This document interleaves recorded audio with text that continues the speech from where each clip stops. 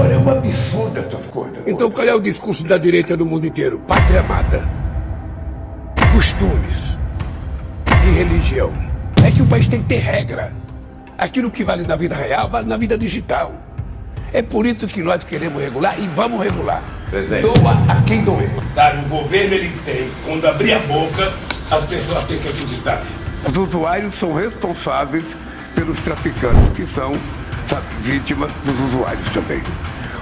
Agora, quando é que o povo gosta? É quando eu falo, ó, nós vamos voltar a reunir a família no domingo e nós vamos fazer um churrasquinho. E nós vamos comer uma fatia de picanha com uma gordurinha passada na farinha e tomar uma porra de uma cerveja gelada. Bicho, o povo entra em delírio. Porque... Isso é fotografia para você colocar, representando o Brasil no exterior, um cara sem dente e ainda negro.